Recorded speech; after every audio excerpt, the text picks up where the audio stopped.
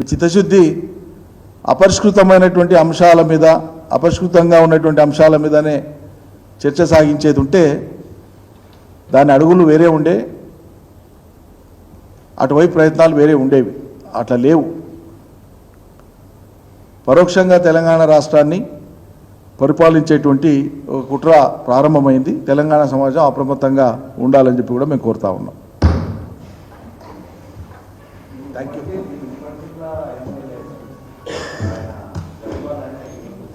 పోయిండొచ్చి పోతారు.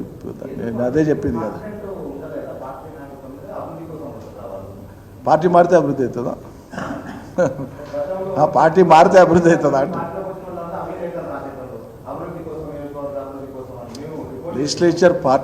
లెజిస్లేచర్ పార్టీగా అప్రూవ్ అయితే చేరికల విషయంలో ఎవరికేం అభ్యంతరం లేదంటున్నాం. వాళ్ళు ఏం కారణాలన్నా చెప్పుకొని